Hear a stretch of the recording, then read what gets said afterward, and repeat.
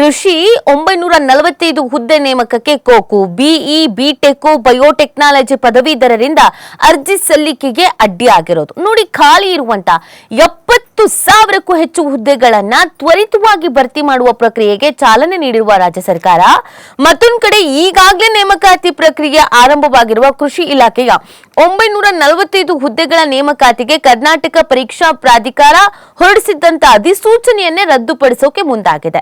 ಕೃಷಿ ಇಲಾಖೆಯ ಕೃಷಿ ಅಧಿಕಾರಿ ಮತ್ತು ಸಹಾಯಕ ಕೃಷಿ ಅಧಿಕಾರಿಯ 945 ಹುದ್ದೆಗಳ ನೇಮಕಾತಿಗೆ ಕೆಇಎ ಅಧಿಸೂಚನೆ ಹೊರಡಿಸಿತ್ತು.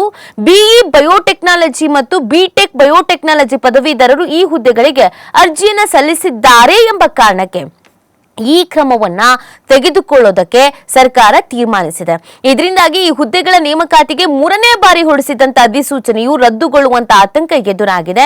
ಈ ಹುದ್ದೆಗಳಿಗೆ ಬಿಇ ಬಿಟೆಕ್ ಬಯೋಟೆಕ್ನಾಲಜಿ ಪದವಿಗಳನ್ನ ಪರಿಗಣಿಸಬೇಕು ಅಂತ ಸರ್ಕಾರವೇ ಜೂನ್ 19ರಂದು ಅಧಿಸೂಚನೆಯನ್ನ ಹೊರಡಿಸಿತ್ತು. ನೋಡಿ, 3ನೇ ಅಧಿಸೂಚನೆಯು ರದ್ದಾಗುವಂತ ಆತಂಕ. ಮೊದಲ ಕೆಪಿಎಸ್ಸಿ 2 ಬಾರಿ ಕೆಇಎ ಅಧಿಸೂಚನೆ ಆಗಸ್ಟ್ 8, 9ರಂದು ಪರೀಕ್ಷೆಯನ್ನ ನಿಗದಿ ಮಾಡಲಾಗಿದೆ. ನೋಡಿ, ಈ ವಿಚಾರದಲ್ಲಿ ಸಾಕಷ್ಟು ಗೊಂದಲ ಇದೆ.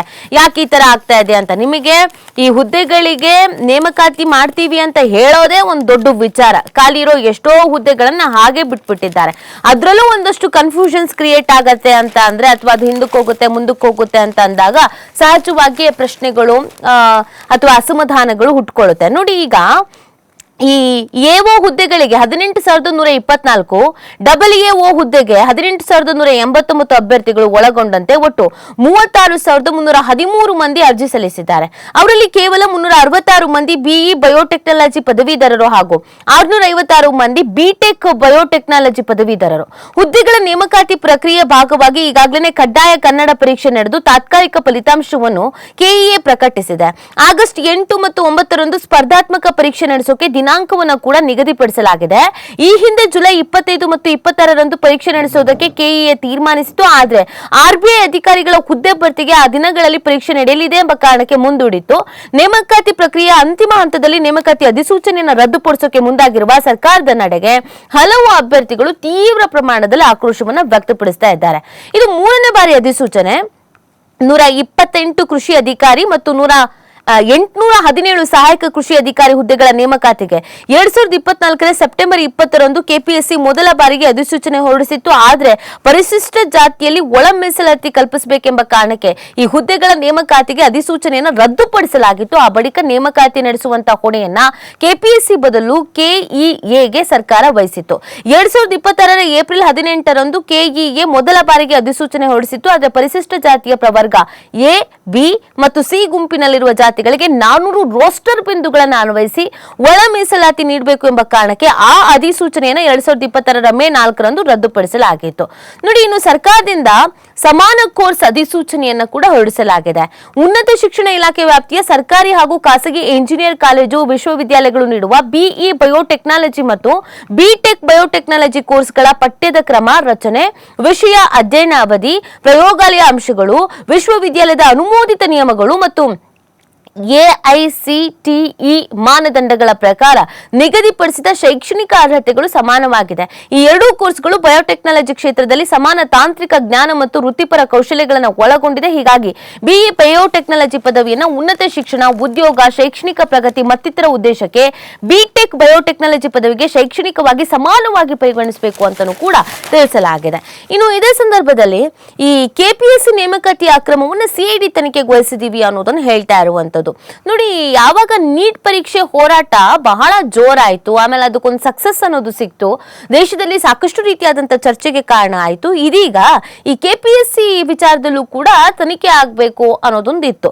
ಸೊ ಅದಕ್ಕೀಗ ಈ ಪಶುಸಂಗೋಪನೆ ಮತ್ತು ಮೀನುಗಾರಿಕೆ ಇಲಾಖೆಯ ಪಶು ವೈದ್ಯಾಧಿಕಾರಿ ಹುದ್ದೆಗಳ ಭರ್ತಿಗೆ ಕರ್ನಾಟಕ ಲೋಕಸೇವಾ ಆಯೋಗ ಕೆಪಿಎಸ್ಸಿ ನಡೆಸಿದಂತ ನೇಮಕಾತಿಯಲ್ಲಿ ಅಕ್ರಮ ನಡೆದಿದೆ ಎಂಬ ದೂರಿನ ಆಧಾರದಲ್ಲಿ ದಾಖಲಾಗಿರುವ ಪ್ರಕರಣಗಳ ತನಿಖೆಯನ್ನ ಸಿಐಡಿಗೆ ವಹಿಸಲಾಗಿದೆ. ಕರ್ನಾಟಕ ಸಾರ್ವಜನಿಕ ಪರೀಕ್ಷೆ ಭ್ರಷ್ಟಾಚಾರ ಮತ್ತು ನೇಮಕಾತಿಯಲ್ಲಿನ ಅನ್ಯಾಯದ ವಿಧಾನಗಳ ತಡೆ ಕಾಯ್ದೆ 2023ರ ಕಲಂ 10ರ ಅಡಿ ವಿಧಾನಸೌಧ ಪೊಲೀಸ್ ಠಾಣೆಯಲ್ಲಿ ದಾಖಲಾಗಿರುವ 2 ಪ್ರಕರಣಗಳ ಕುರಿತು ತನಿಖೆಗೆ ಪೊಲೀಸ್ ಮಹಾನಿರ್ದೇಶಕ ಎಂ ಎಂ.ಎ. ಸಲೀಂ ಅವರು ಆದೇಶಿಸಿದ್ದಾರೆ. ಪಶುಸಂಗೋಪನೆ ಮತ್ತು ಮೀನುಗಾರಿಕೆ ಇಲಾಖೆಯಲ್ಲಿ ಖಾಲಿ ಇರುವ 400 ಹುದ್ದೆಗಳ ನೇಮಕಾತಿ ವೇಳೆ ಒಂದು ಹುದ್ದೆಗೆ 80 ಲಕ್ಷಕ್ಕೆ ಬೇಡಿಕೆ ಮತ್ತು ರೆಸಾರ್ಟ್ ಹೋಟೆಲ್ಗಳಲ್ಲಿ ಪ್ರಶ್ನೆ ಪತ್ರಿಕೆ ಸೋರಿಕೆ ಮಾಡಿ ಪರೀಕ್ಷೆ ಬರೆಸಿರುವಂತಹ ಆರೋಪಗಳ ಅಡಿಯಲ್ಲಿ ದಾಖಲಾಗಿರುವ ಪ್ರಕರಣಗಳನ್ನು ಸಿಐಡಿಗೆ ವರ್ಗಾಯಿಸಲಾಗಿದೆ. ವಿಧಾನಸೌಧ ಠಾಣೆ ಪೊಲೀಸರ ಪ್ರಕರಣಗಳ ದಾಖಲೆಗಳನ್ನು ಸಿಐಡಿ ಅಧಿಕಾರಿಗಳಿಗೆ ಹಸ್ತಾಂತರಿಸಿದ್ದಾರೆ ಅಂತ ನಗರ ಪೊಲೀಸ್ ಕಮಿಷನರ್ ಸೀಮಂತ್ ಕುಮಾರ್ ಸಿಂಗ್ ಅವರು ತಿಳಿಸಿದ್ದಾರೆ. ಭ್ರಷ್ಟಾಚಾರ ಮತ್ತು ಅಕ್ರಮ ನೇಮಕಾತಿಯ ಕುರಿತು 2 ಪ್ರತ್ಯೇಕ ಎಫ್ಐಆರ್ಗಳು ಕೂಡ ದಾಖಲಾಗಿದ್ವು. ಇನ್ನು ಪ್ರತಿಭೆ ಅರ್ಹತೆಗೆ ನ್ಯಾಯ ಬೇಕು ಅನ್ನೋದನ್ನ ತಿಳಿಸ್ತಾ ಇರುವಂತದ್ದು. ನ್ಯಾಯಸಮ್ಮತ, ನಿಷ್ಪಕ್ಷಪಾತ ಹಾಗೂ ಸಮಗ್ರ ತನಿಖೆ ನಡೆಯುವ ಉದ್ದೇಶದಿಂದ ಈ ಕ್ರಮವನ್ನು ಕೈಗೊಳ್ಳಲಾಗಿದೆ ಅಂತ ಗೃಹ ಸಚಿವ ಪ್ರಿಯಾಂಕ್ ಖರ್ಗೆ ಅವರು ಮಾಹಿತಿಯನ್ನ ಹಂಚಿಕೊಳ್ತಾ ಇದ್ದಾರೆ. ಸಾಮಾಜಿಕ ಜಾಲತಾಣದ ತಮ್ಮ ಖಾತೆಯಲ್ಲಿ ಅವರು ಮಾಹಿತಿಯನ್ನು ಹಂಚಿಕೊಂಡಿದ್ದಾರೆ. ಪ್ರಕರಣಗಳನ್ನು ಸಿಐಡಿಗೆ ವರ್ಗಾಯಿಸಿರುವುದು ಸ್ವತಂತ್ರ, ಪಾರದರ್ಶಕ ಹಾಗೂ ವಿಶ್ವಾಸಾರ್ಹ ತನಿಖೆ ನಡೆಸುವ ಸರ್ಕಾರದ ದೃಢ ಸಂಕಲ್ಪದ ಪ್ರತೀಕ. ಸ್ಪರ್ಧಾತ್ಮಕ ಪರೀಕ್ಷೆಗಳಿಗೆ ಸಿದ್ಧತೆ ನಡೆಸ್ತಾ ಇರುವ ಲಕ್ಷಾಂತರ ಅಭ್ಯರ್ಥಿಗಳ ವಿಶ್ವಾಸವನ್ನು ಉಳಿಸಿಕೊಳ್ಳುವುದು, ಪ್ರತಿಭೆ ಮತ್ತು ಅರ್ಹತೆಗೆ ನ್ಯಾಯ ಒದಗಿಸುವುದು ಸರ್ಕಾರದ ಅತ್ಯುನ್ನತ ಆದ್ಯತೆ ಅಂತ ಅವರು ಪ್ರತಿಪಾದಿಸಿದ್ದಾರೆ. ಪರೀಕ್ಷೆಗಳು ಅಥವಾ ನೇಮಕಾತಿ ಪ್ರಕ್ರಿಯೆಯಲ್ಲಿ ಭ್ರಷ್ಟಾಚಾರ, ಅಕ್ರಮ ಅಥವಾ ಯಾವುದೇ ರೀತಿಯ ದುರುಪಯೋಗ ನಡೆದಿರುವ ಆರೋಪಗಳು ಕೇಳಿಬಂದ್ರೆ ಯಾವುದೇ ವ್ಯಕ್ತಿಯ ಸ್ಥಾನಮಾನವನ್ನು ಪರಿಗಣಿಸದೆ ತನಿಖೆ ನಡೆಸಿ ತಪ್ಪಿತಸ್ಥರ ವಿರುದ್ಧ ಕಾನೂನು ಪ್ರಕಾರ ಕಠಿಣ ಕ್ರಮ ಕೈಗೊಳ್ಳಲಾಗುವುದು ಅಂತ ಖುದ್ದಾಗಿ ಗೃಹ ಸಚಿವರೇ ಹೇಳಿದ್ದಾರೆ. ಸೊ ಕಾನೂನು ಕ್ರಮವನ್ನು ಕೈಗೊಳ್ಳೋದು ಸೂಕ್ತವೂ ಕೂಡ ಆಗಿರತ್ತೆ. ಇದು ಬೇಡಿಕೆಯೂ ಕೂಡ ಹೌದು. ಯಾಕಂದ್ರೆ ಈ ಎಕ್ಸಾಮ್ಸ್ ಗಳನ್ನ ಅಟೆಂಡ್ ಮಾಡೋದು ಇದೆಯಲ್ಲ, ಅದು ತೀರಾ ವಿದ್ಯಾರ್ಥಿಗಳ ಮೇಲೆ ಮಾನಸಿಕವಾಗಿಯೂ ದೈಹಿಕವಾಗಿಯೂ ಒತ್ತಡ ಅನ್ನೋದಿರುತ್ತೆ. ಅದ್ರ ಮಧ್ಯದಲ್ಲಿ ಅನ್ಯಾಯ ಆಗಿದೆ, ಅಕ್ರಮ ನಡೆದಿದೆ ಅಂತ ಬಂದಾಗ ಅವರಿಗೆ ಅಸಮಾಧಾನಗಳು ಹುಟ್ಕೊಳ್ಳುತ್ತೆ. ಇನ್ನಿನ್ನ ಕಾಂಪಿಟೇಟಿವ್ ಎಕ್ಸಾಮ್ ಬರೆಯುವಾಗ ಯೋಚನೆ ಮಾಡ್ತಾರೆ, ಅಯ್ಯೋ ಬರಿಬೇಕೋ ಬೇಡವೋ, ಏನ್ ಮಾಡೋದು, ಏನ್ ಕತೆ ಅನ್ನೋದನ್ನು ಯೋಚಿಸೋಕೆ ಶುರು ಮಾಡ್ತಾರೆ. ಸೊ ಹಾಗಾಗಿ ಸರ್ಕಾರಗಳು ಒಂದು ಸೂಕ್ತ ರೀತಿಯಾದಂಥ ತೀರ್ಮಾನವನ್ನ ಕೈಗೊಂಡಾಗ, ಸ್ಟ್ರಿಕ್ಟ್ ಆದಂಥ ಆಕ್ಷನ್ಸ್ ಗಳನ್ನ ಕೈಗೊಂಡಾಗ ವಿದ್ಯಾರ್ಥಿಗಳಿಗೂ ಕೂಡ ಎಕ್ಸಾಮ್ಸ್ ಬರೆಯೋದಾಗಿರ್ಬೋದು, ಅಟೆಂಡ್ ಮಾಡೋದಾಗಿರ್ಬೋದು, ನಂಬಿಕೆ ಅನ್ನೋದು ಬರುತ್ತೆ. ಅಂದ್ರೆ ಅವ್ರನ್ನ ಮಾನಸಿಕವಾಗಿ ಕುಗ್ಗಿಸಕ್ ಹೋಗಲ್ಲ. ಅಯ್ಯೋ ಈ ಎಕ್ಸಾಮ್ ಬರೆದ್ರೆ ಏನ್ ಲೀಕ್ ಆಗತ್ತೆ ಅಥವಾ ಅನ್ಯಾಯ ಆಗತ್ತೆ, ಮೋಸ ಆಗತ್ತೆ, ಈ ತರದ ಆಲೋಚನೆಗಳು ಬರಲ್ಲ.